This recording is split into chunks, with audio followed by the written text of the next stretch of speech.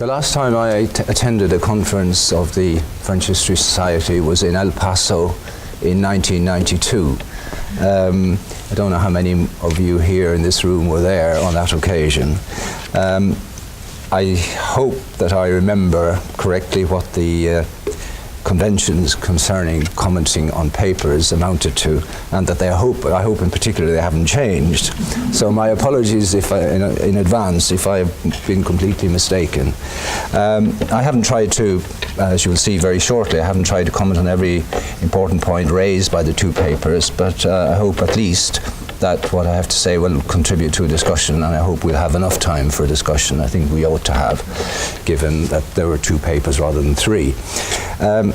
But the two papers we've just heard, I mean, have both general and particular features that are of interest to historians of early modern France, even to those historians of early modern France whose interests rarely stretch beyond the Hexagon.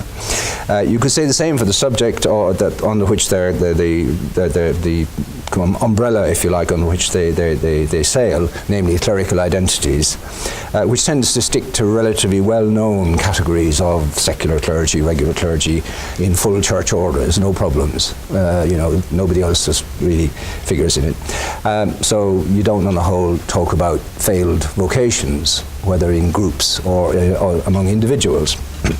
So I'll start with this general point about clerical identities as they in a sense relate to the papers we've just heard.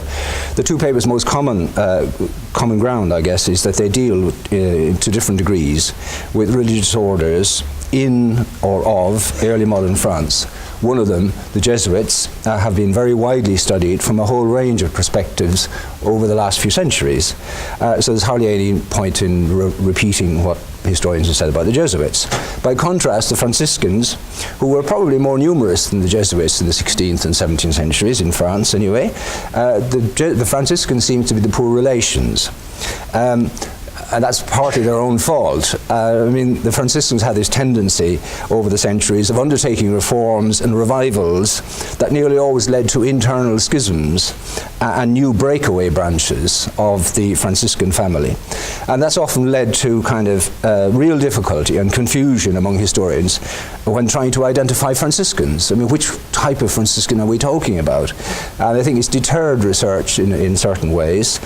France's Franciscans didn't escape from these breakaways, so we have the conventuals, the observants, the observantines, the cordeliers, the recollets, the capuchins.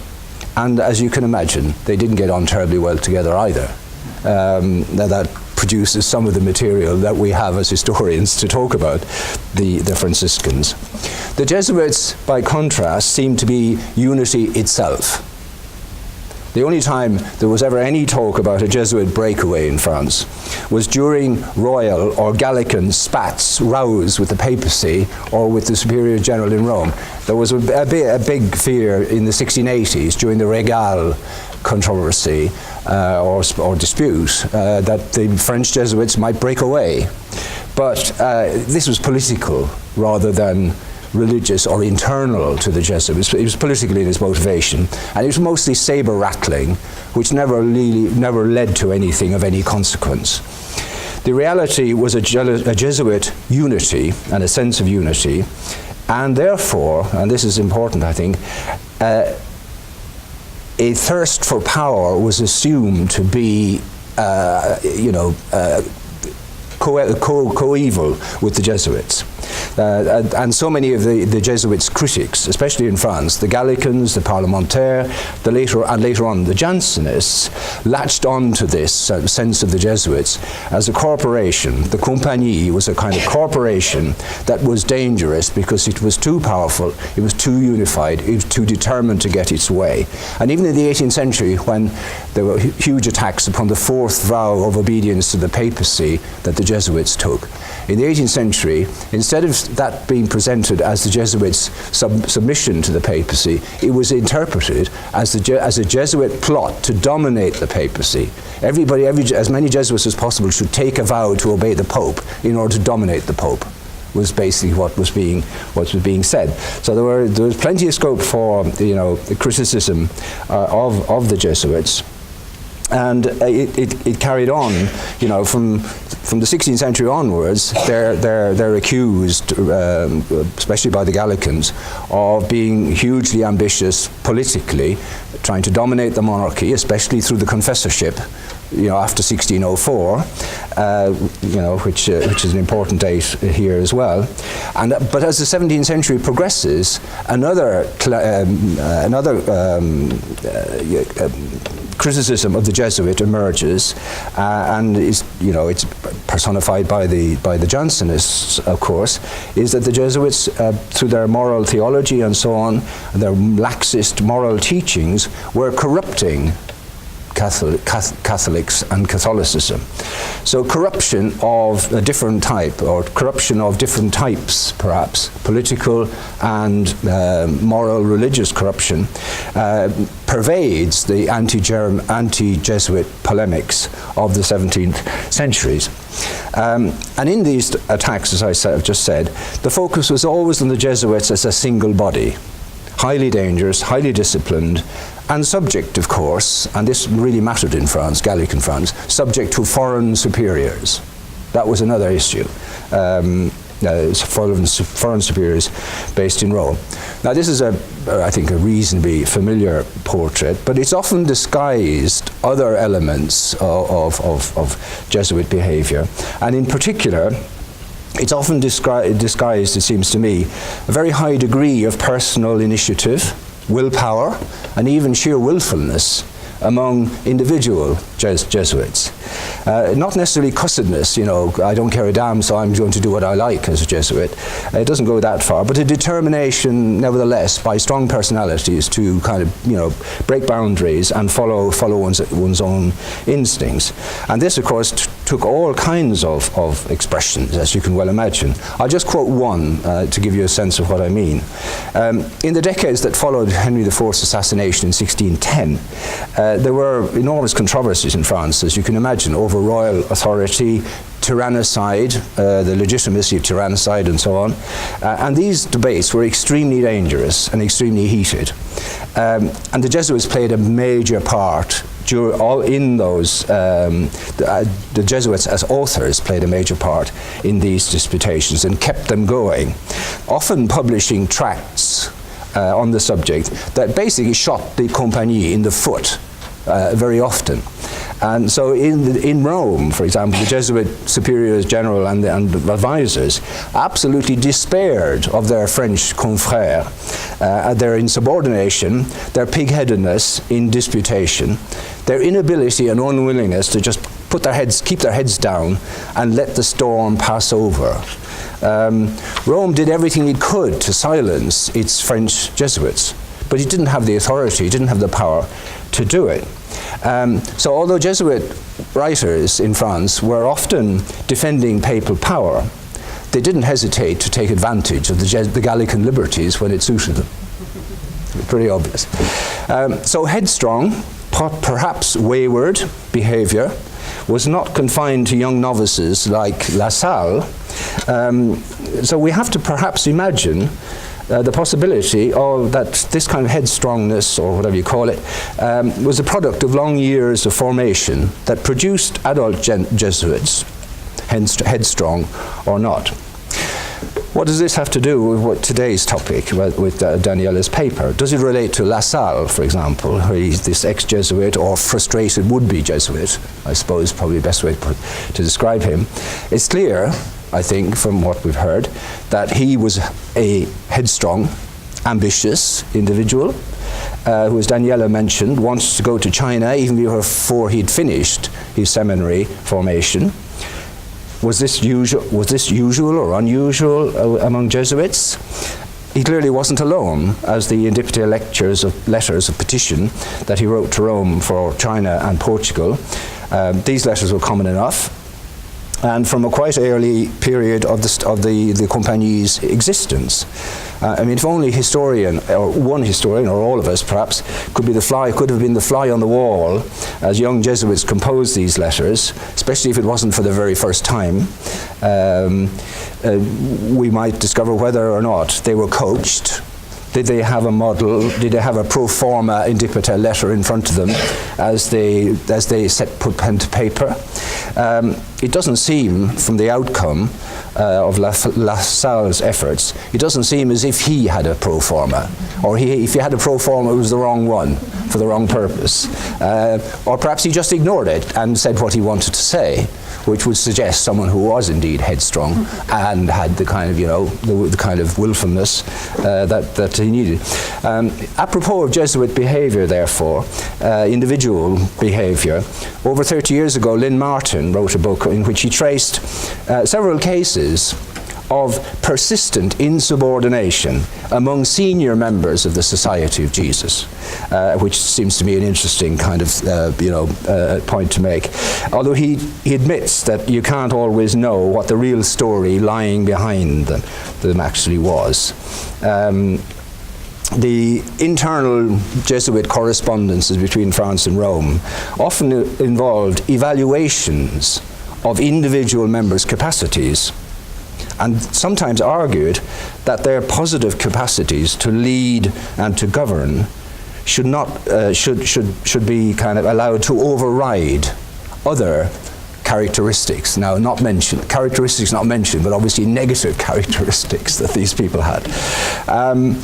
And right from the beginning, the Compagnie superiors were interested in knowing what the motivations of members were, their motivations and their behavior. As early as the 1590s, they launched a very modern kind of inquiry, inviting their members to submit written accounts of why they entered the Jesuit Compagnie. What were the motivations? Most of them wanted to be monks, or they thought that that was what they were going to be, when the ethos of the Jesuits was basically anti-monastic or non-monastic, as it happened. So how much they knew of what they were going to get if they joined the Jesuits was another story, and they weren't all necessarily terribly informed of it. So for Cavalier de Lassalle, as for many other candidates for the priesthood in the Compagnie, the process of Jesuit formation, is the word that they used for this, was probably a marathon one, which started with this long, highly intense 2 years of novitiate. I don't think he can have taken vows at the age of 14, though. I think that's mistaken. I think basically you had a 2-year novitiate during which you're just simply a novice. You have not taken vows, which means you can be chucked out at any time within 24 hours without anybody having to require permission. In other words, he would not have written a letter to Rome to ask to leave the Jesuit order when he was in the novitiate. It's only once you have taken vows at the age, in theory, of 18. You couldn't take vows before the age of 18. But there were some exceptions that are well known. I doubt if he was that kind of exception, because I doubt if he was that kind of, personality, and so on. That's just by the way. I mean, it's the chronology of this may be slightly, but maybe slightly difficult.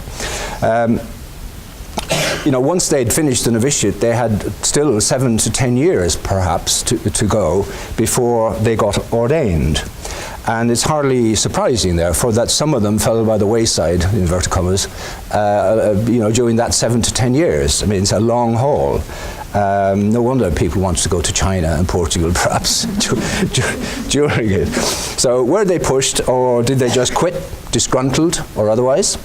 As I said, novices were the easiest to get rid of because they hadn't taken any vows.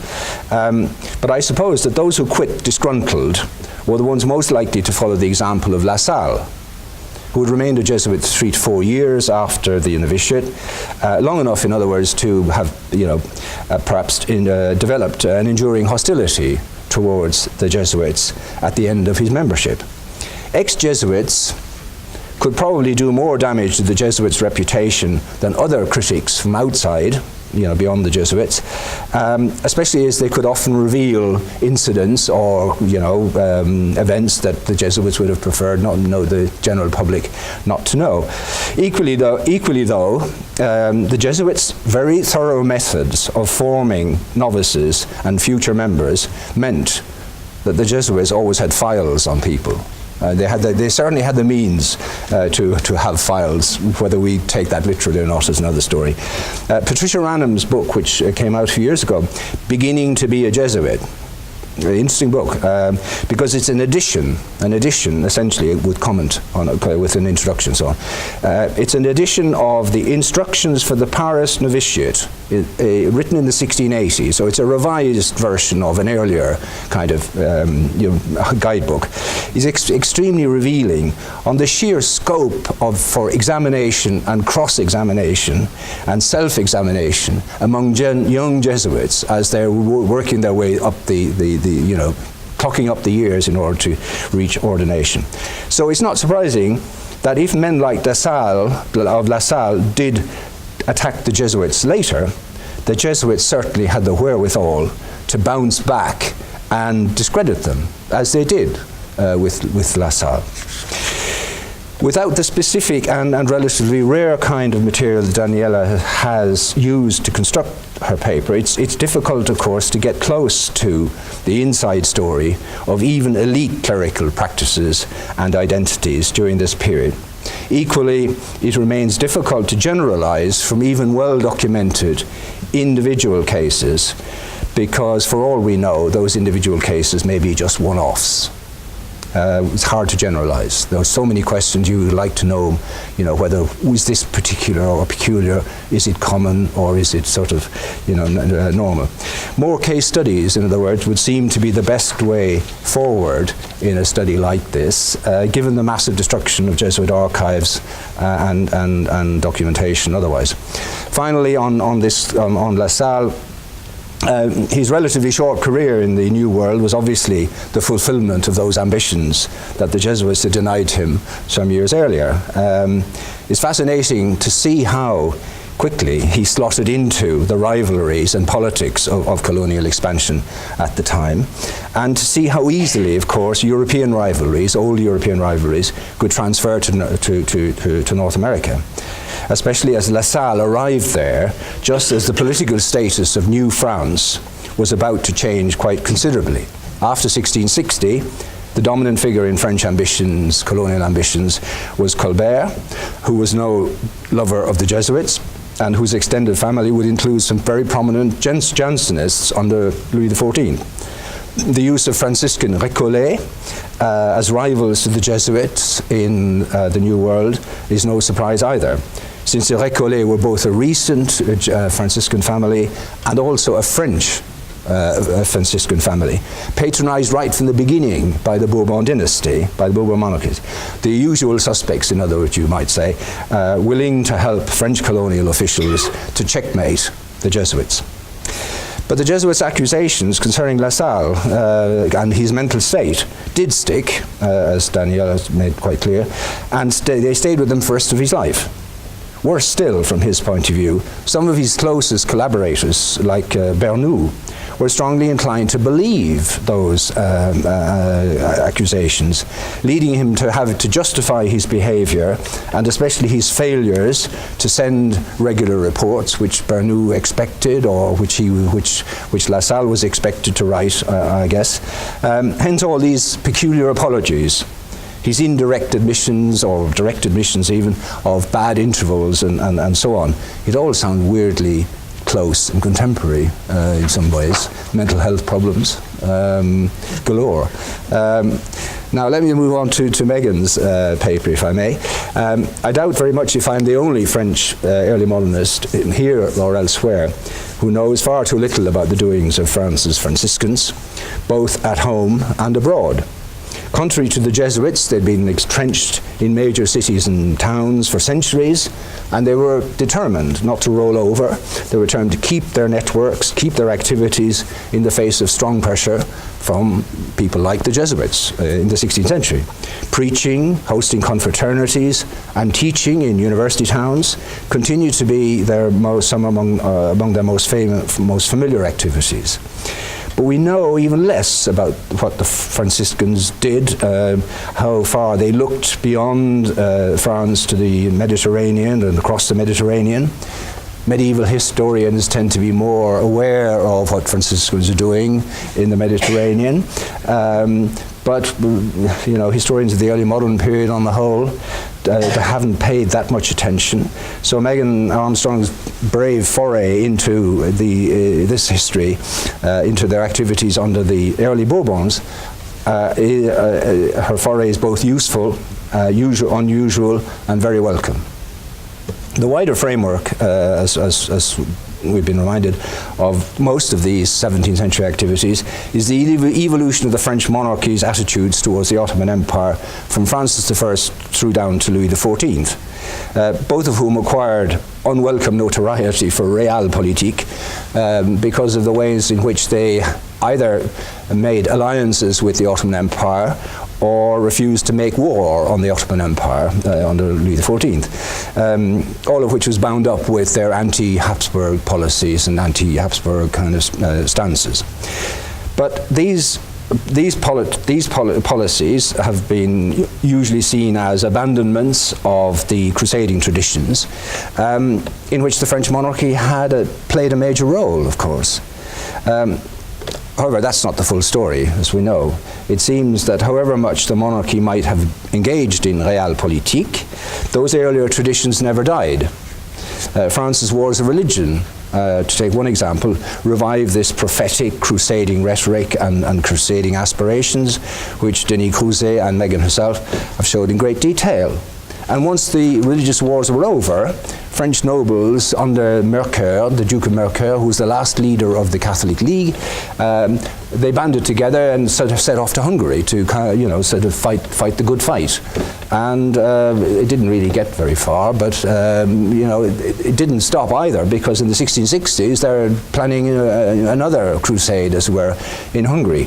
Now, even if the objective was to stop Ottoman expansion rather than a crusading desire to recover the Holy Land itself, it's not surprising that the French monarchy, Bourbon monarchy, especially because of its attempts to deny Spain's claim to be Europe's most Catholic kingdom, it's not surprising that the French monarchy should reach back into its own past, its own crusading past, and to revive and update its historic ties to the Holy Land and its role as protector of the Christian communities there.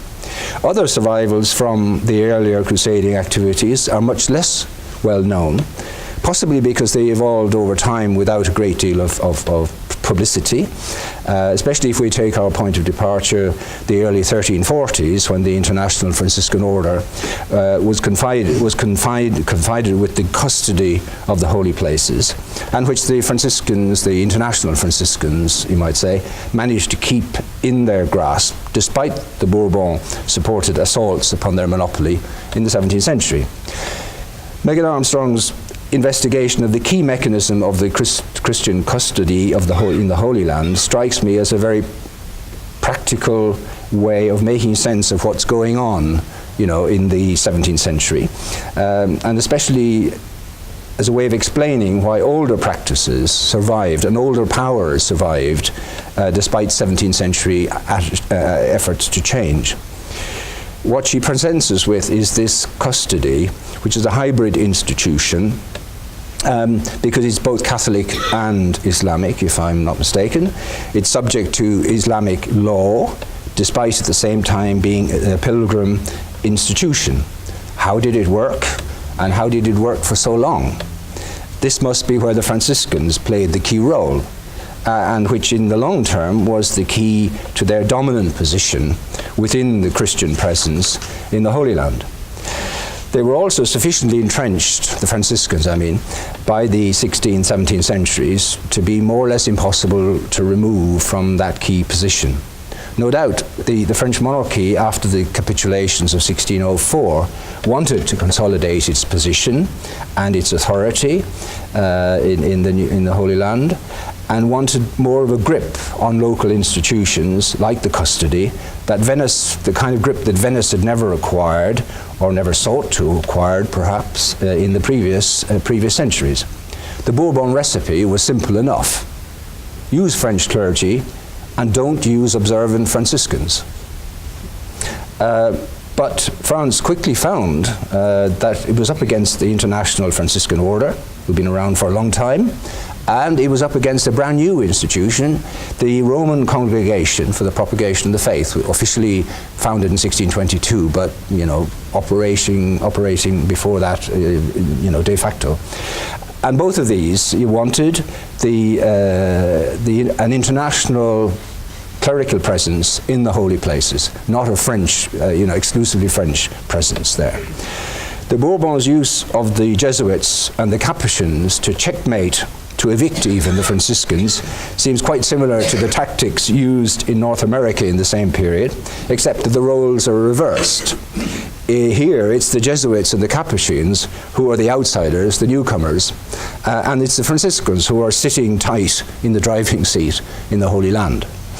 Despite its efforts, the French monarchy never managed to oust the Franciscans from their historic position in the Holy Land. That, I guess, must be mainly the result of the fact that over the centuries, the Franciscans had mastered the techniques of working with local forms of authority and influence, either playing off the locals against each other or allying themselves with one or another as circumstances changed and circumstances demanded. The custody's privileges that the resident Franciscans held meant that they were far more mobile than the newcomers who were confined to particular places in a way that Megan has explained. So the Jesuits and the Capuchins were tied down by the conditions of their presence, which meant, of course, that the Jesuits and the Capuchins were not really in a position, least of all in a short period of time, of ousting the Franciscans from their position. It's hard not to think of the Franciscans here as insiders with just too many tricks up their sleeves. This seems to me what this very frustrated French ambassador that Megan quoted was really talking about when he described the observant Franciscans sent to the Holy Land as individuals who would be rejected if they were sent to the galleys. You'll remember, I think we'll remember that one for a while. Their corruption, as he called it, was no doubt, it seems to me, the result of their going native to an excessive extent, as he would have seen it, I guess, an inexcusable. Yeah, that's right. Yeah, over a very long time, so that it becomes second nature to them to be native, to have gone native. His praise for the contrastingly high standards of the Jesuits and the Capuchins, I think, should be read as a description of well-meaning new brooms being brought in, but somehow lacking the savoir-faire needed to operate effectively in this radically unfamiliar environment. One last point I'd like to make is that through the paper, there are communities everywhere, communities and their interests. Now, the communities that are most obviously visible are the various religious orders themselves, followed by the non-Western but indigenous Christian populations of these various cities, the Armenians, the Copts, and so on. Beyond that, I'm less sure from one page to the next which kind of community I'm looking at. I can see that in the ports where there were Western merchants, where Western merchants were allowed to operate and to live in, that there must have been some lay communities. Possibly very small and possibly also temporary rather than highly permanent. So my question would be, who are the Franciscans and their rivals, the Jesuits, the Capuchins, who are they serving religiously if there are so few or maybe no lay Catholic communities to be served? Or were these religious orders themselves the communities, and therefore there's a certain exclusively clerical presence in at least some parts. Perhaps this hasn't any great significance, but I think it might just be one of those kind of sources, an important source of friction and rivalry that so often characterizes religious orders when they see themselves primarily as rivals and competitors. Thank you.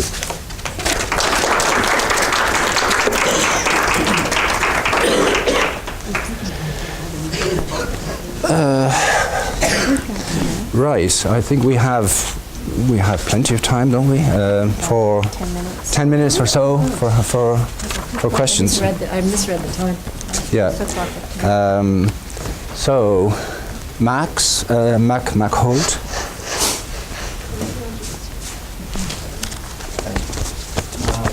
Holt from York Mason. I have a question for Daniela. You come very close to saying, and it sounds like you really would like to say, but you kind of pull back because you're a careful historian, that Lassalle never really wanted to be a Jesuit. He was not that interested. He wanted to get to China. And after years of trying to use the Jesuits to get him there, he realized that wasn't going to happen, so he quit. The question that narrative raises is why you joined in the first place as a young boy. Do you have any more information about that? Was he pushed by his family? Was there something that attracted him to it? That's a really interesting question that I've thought about, because he and his brother, who's a few years older than him, are at the Jesuit college together. And part of the reason he moves to Paris at such a young age, his brother goes at the same time, to join the Sulpician priest. He becomes a Sulpician there. And it's his brother who's in Canada, whom he follows when he leaves. And then, afterwards, when Lassalle is murdered, his brother rushes back to France and doesn't tell anybody that he died for a long time, as he's like, his brother's trying to profit off of him. And so there's this weird relationship with his brother. And that is sort of where the lens that I'm looking this through. I think it has something to do with family dynamics, family politics, that there is, it's prestigious to send your children into the Jesuit order, and in Rouen, a lot of those families are doing trade in Canada, and a lot of them have children who are over there as members of religious orders. So already it seems to me that there is something, Lassalle wanting to go to China, when one of his uncles is an investor in the Company of 100, and when his brother goes to Canada, I just think it's somewhere in there.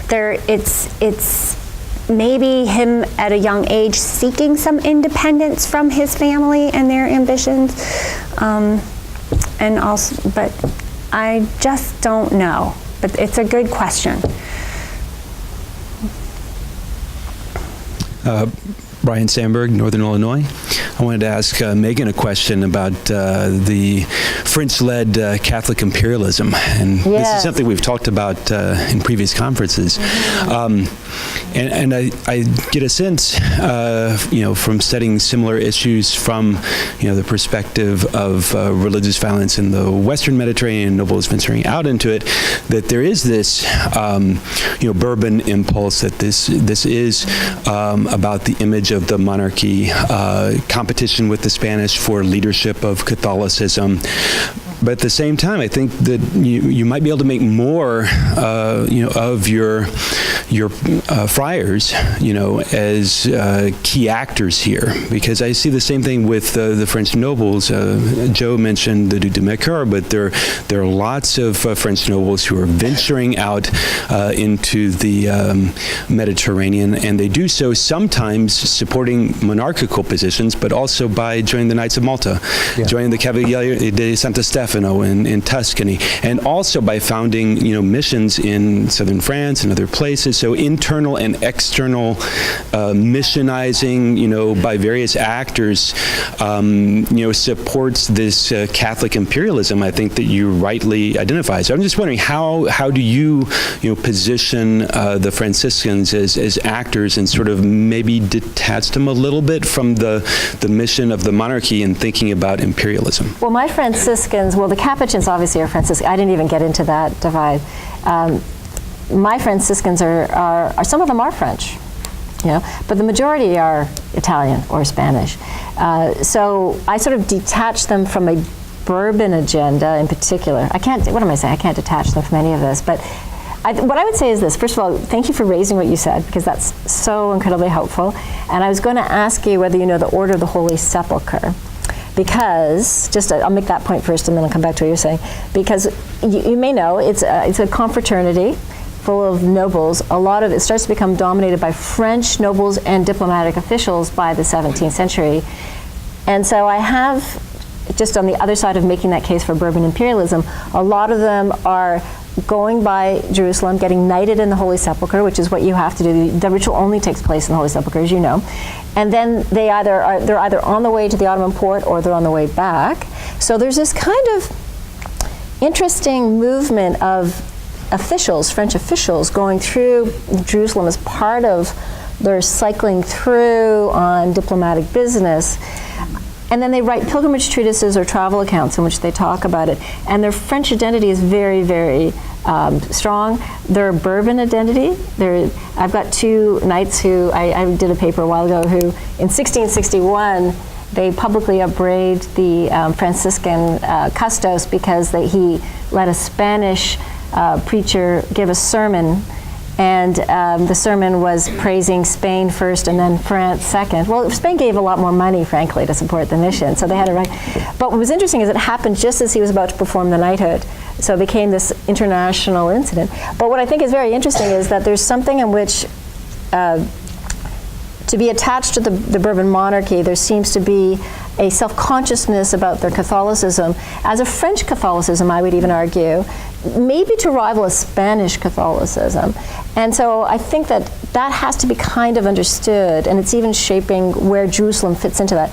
So by Franciscans, in terms of that, I think they're trying to figure out how to play off all these powers that suddenly think that Jerusalem's really, really interesting after 1517, more than they ever had before.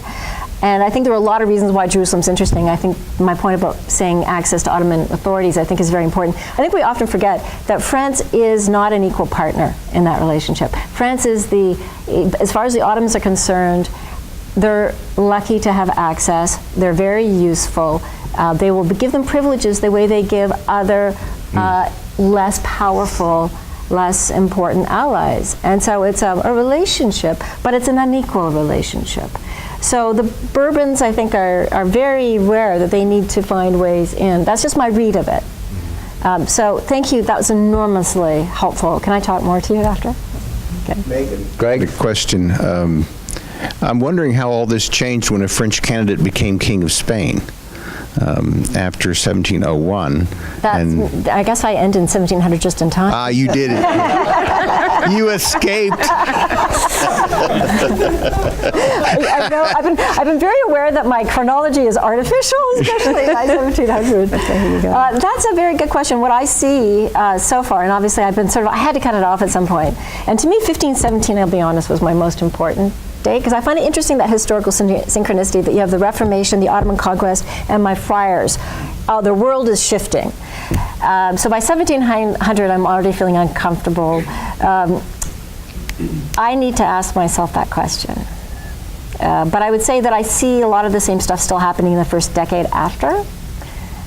But in terms of Spain is not the friend of the Ottoman port, and I don't see in my custody records yet a noticeable shift. But I'm going to have that question when I go back to the sources. Thank you, Greg. I have a question for Daniela. This is Sarah Chapman from Oakland University. It seems like whenever people talk about these Northern American explorers, they often talk about the explorers in conflict with the Jesuits over eau de vie and the selling of eau de vie to Native Americans, and that's kind of the only real kind of conflict point that people talk about. And what you're suggesting is sort of a much more complicated relationship between men like Lassalle and the Jesuit order. So are you going to use your project to look at the role particularly of maybe Jansenist ideas as well to inform that, not just about these kind of economic positioning questions? Yes, and I think that the whole, the whole impetus to go down the Mississippi was to open up new territory, that would be independent of Canada. I mean, it's Frontenac and Talon, the intendant, and they are Gallicans, and they're very concerned. The Jesuits have really partnered up with Rouen, Brittany, and Normandy families in Quebec, and they're running it quite independently. And part of, if we talk about absolutism and state building in ways we're not supposed to anymore, but this idea that the state wants to have some more control, that they want to bypass that and have their own new lands. And I really think that is Lassalle's allying with that Gallican group that are using these anti-Jesuit. Are they Jansenists? They're flirting with them. I don't think all of them are, delaying communion or doing all the things that Jansenists are known to do, but they are using these anti-Jesuit tropes as part of the language that they're using with their I mean, it's the Prince of Condé who is their big Conti, who is their big sponsor, and he's raised by the Duchess de Longueville, who's a patron of the Jansenists. And so they're in those circles, and they're using it, though. They want to open up that corridor, the Illinois corridor, which really, from Morrissey's book that we talked about yesterday, is really wealthy. I mean, the Illinois groups, he talks about how that area and the trade routes there among the Native Americans before the French get in there. I mean, at the same time that the French are developing the St. Lawrence River is when the Illinois tribes are getting this really lively trade in buffalo and slaves between the Southwest and beaver in the Great Lakes region. And I mean, this is where the money is in North America. So that's why Lassalle's going down there, and it's by this other group that's trying to bypass the Jesuits and independent merchants and traders from Normandy and Brittany who have really monopolized that market in the St. Lawrence region. That's really interesting. Last question, perhaps, Jim? Jim Collins from Georgetown. This question for you, Megan, a fairly specific one. I was really struck by Cécile Harlet saying nice things about the Jesuits because, of course, Achille Harlet was one of their strongest opponents in the 1590s. He's the one who puts up the pyramid in front of Chatel's family house. And he's also plays a significant role in the early part of the tyrannicide thing that Joe mentioned too. And it was really striking to see a member of that family say anything nice about a Jesuit. Do you have any sense of why that family would have made a very radical transformation, or members of it, in that short period of time? That's a great question. And I think this is where I'm going back to my thinking on it, because I'm just starting this chapter again. I've been working on it for a long time, but I put it aside to do the other chapters, and I'm trying to come back to the French side and figure this out, because I do think it, as you could tell from my talk, I think where it makes sense to me is that period from the late wars of religion. I really think the wars of religion are crucial to understanding all of this. And that family, yes, they hated the Jesuits, but I think that with what's going on in that crucial period between the 1590s to 1610, what role the Jesuits are playing now in the construction of monarchical identity and power, that, first of all, I don't think one generation is the same as the next anyway. But secondly, I think there's a religious change and political change taking place that's interconnected, that Eric really is touching on in his book, and I think a pretty forceful way. But I think that is also getting into defining what the monarchy is. I mean, I made this point in my book, and I still sort of think about it as I go along, that really the monarchy is not a Catholic institution until the wars of religion. It's a Christian institution. But it's a Catholic institution because of the wars, because they have to choose in a way. I mean, and really it becomes a Catholic institution with Henry IV, I think, when he actually goes to the throne.